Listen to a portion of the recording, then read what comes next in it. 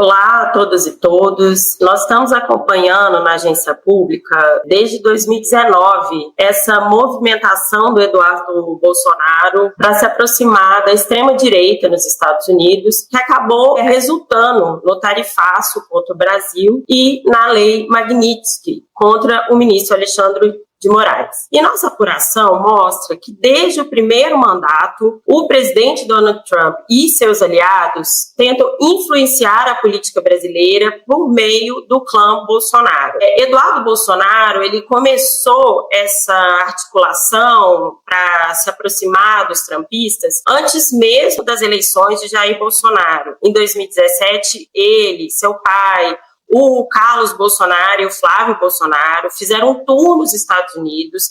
onde eles tiveram reuniões com empresários já ligados ao presidente, à época, ainda no primeiro mandato, Donald Trump. E em 2018, às vésperas das eleições presidenciais aqui do Brasil, vieram assessores especiais do Donald Trump em um evento onde estava Eduardo Bolsonaro e defenderam publicamente a eleição de Jair Bolsonaro à presidência. Posteriormente, quando Jair Bolsonaro foi eleito, esses mesmos assessores, eles pressionaram o governo Bolsonaro para mudar a embaixada do Brasil de Tel Aviv para Jerusalém, que acabou não acontecendo, mas em dezembro de 2019, o Jair Bolsonaro inaugurou um escritório comercial brasileiro em Jerusalém. E ao longo do governo do pai, o Eduardo Bolsonaro foi ampliando, estreitando esses laços com a ala conservadora dos Estados Unidos, e nós mostramos que nesse período ele participou de ao menos 77 encontros e eventos com representantes da extrema-direita dos Estados Unidos,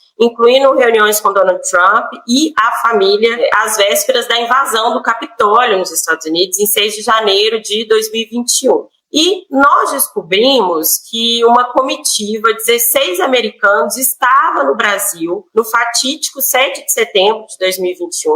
quando Jair Bolsonaro fez aquele discurso golpista, incitando seus apoiadores a atacar o Supremo Tribunal Federal. E às vésperas dessa mesma manifestação, o Eduardo Bolsonaro promoveu um evento aqui em Brasília, que é o CEPAC, que é um evento conservador, copiado do modelo dos Estados Unidos, e esse evento foi financiado pela Getter, que era representada por um ex-assessor de Donald Trump, o Jason Miller, que atualmente, inclusive, está atuando junto ao Eduardo Bolsonaro nos Estados Unidos, nessa ofensiva internacional contra as instituições brasileiras. E nós mostramos que a Getter, ela patrocinou outros 3 eventos promovidos pelo Eduardo Bolsonaro. O Eduardo Bolsonaro tem um instituto que chama Instituto Conservador Liberal, que promove esses congressos conservadores aqui do Brasil, e essa plataforma de extrema-direita do ex-assessor Donald Trump, ela patrocinou outros 3 eventos que, à época, a gente noticiou que foram eventos que fizeram pré-campanha para Jair Bolsonaro, já em desacordo com a legislação eleitoral aqui do Brasil, né?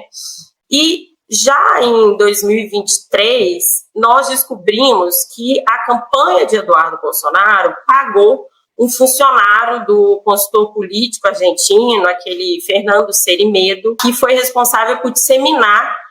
desinformação sobre as urnas eletrônicas. E depois dos ataques dos 8 de janeiro, nós descobrimos que ele abriu uma empresa com um influenciador, o empresário Paulo Generoso, que já era conhecido por disseminar fake news e que também apoiou os atos golpistas do 8 de janeiro. Então, depois da vitória do Lula, a gente sabe, né, que o Eduardo foi ampliando e reforçando esses laços nos Estados Unidos, até se mudar para lá. Mas nós somos o primeiro veículo a revelar que ainda em abril de 2024, ele, junto ao influenciador Paulo Generoso, já articulavam com parlamentares norte-americanos a imposição de sanções contra o Brasil, como forma aí de pressionar o STF, o governo, que acabou se concretizando nesse último mês, apesar de eles terem negado naquela época que eles estariam fazendo isso, fizeram ataques à agência pública, de que eles estariam promovendo aí, né, articulando para sanções contra o Brasil, e que agora a gente vê que se concretizou, chegando ao ponto que nós estamos vendo.